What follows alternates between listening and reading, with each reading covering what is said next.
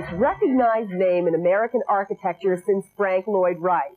So when we got the chance to interview him recently at his beloved Four Seasons restaurant in New York City, we jumped at the chance. Known for his quick wit and strong convictions, Mr. Johnson is arguably the most influential architect of the 20th century.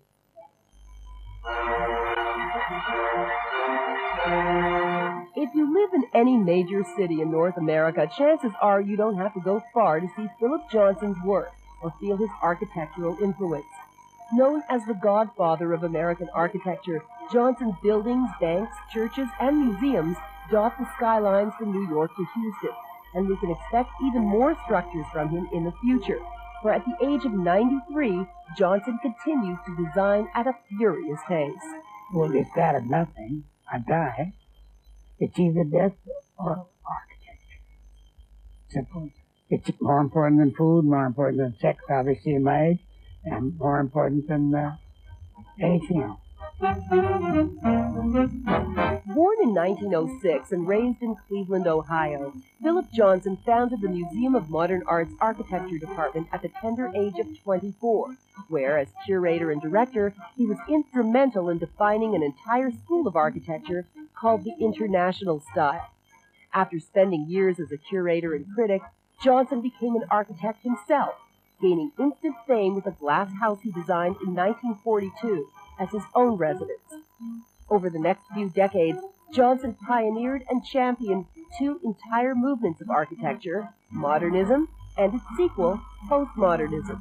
Phil Johnson, you have to give him credit, is the most influential figure in the worlds of art and architecture. My career, I don't define it, I mean what it has been. I'm known as the senior citizen. The President said the other day, the Dean of American Architecture. So that's good enough for me.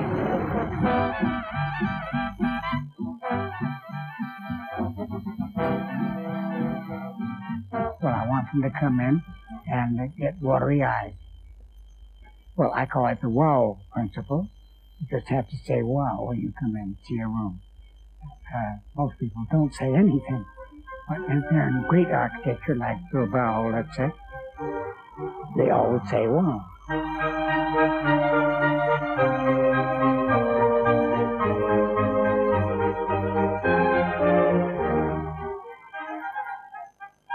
Architecture is art. You don't have to say how do you define architecture. You have to say how do you define art. Architecture happens to be the mother of the arts. It's said in the Renaissance, they said, but not so true anymore. But it is the best art, to me, the best art. How can I say wow in front of a Rembrandt painting? Oh, I can't do anything. I have to absorb it. How can I say wow at a Beethoven concert?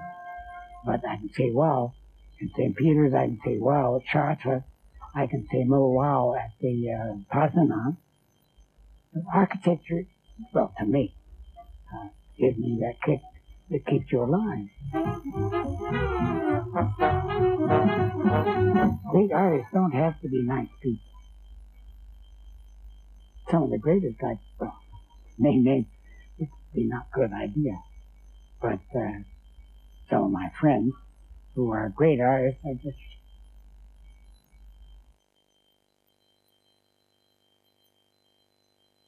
He was a totally mad man, but you don't have to be sane. You have to know art. And Frank Lloyd Wright knew art. And he had a wonderful sense of people. He was a delightful man. And so he became a genius. The other one that I knew was Mies van der Rohe, who was my guru, and built this building. I did this room, but he did the building. And that was a great collaboration. I learned all I know. The Seagram Building, Johnson's first major commission, was a milestone, not only in his career, but for the world of contemporary architecture. The first building designed in North America by Mies van der Rohe, Johnson was allowed to collaborate with the master and was given the task of designing the Four Seasons restaurant in its lobby. Samuel Bromson, owner of Seagram, commissioned the duo at the urgings of his daughter, Phyllis Lambert, and apparently money was no object. When money means nothing to a rich man, that's the time they should build. That happens very, very rarely. Miss Van der Rohe said to me, Philip, you think this is architecture. It isn't. Architecture is awful drudgery. You have these people that say, can't you make it any cheaper, Mr. Van der Rohe? Why does it have to be so expensive? The point is buildings have to be expensive to count. St. Peter's, how would you ever know how much that cost? Just build it, you know. But people don't do that now. They count their pennies.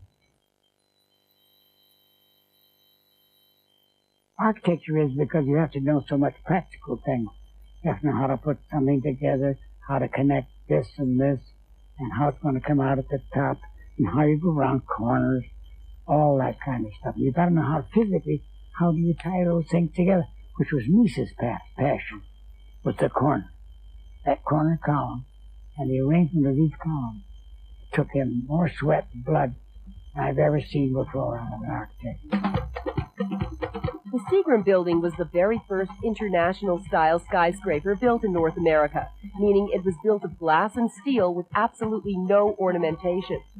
Since its opening in 1958, the building has been imitated the world over, and you can even count the number of copycats right from its front door. Yeah, well, there's a building over there. 2 buildings. 3, 4, 5, 6, 7 buildings. He has done enormous numbers of huge buildings throughout the country. Developers, if they're doing a building that's costing a colossal amount of money, they want to cover their own backsides by, and being able, if the building's a failure, they can say, well, look, I went to the top, I got Philip Johnson. Philip Johnson's AT&T building, now owned by Sony, was completed in 1984 and is considered to be the seminal structure of postmodernism, a movement that saw historic styles reintroduced into architectural design. Well, that's the whole point of an artist, isn't it? You want to put something on canvas, let's say, that has never been there before.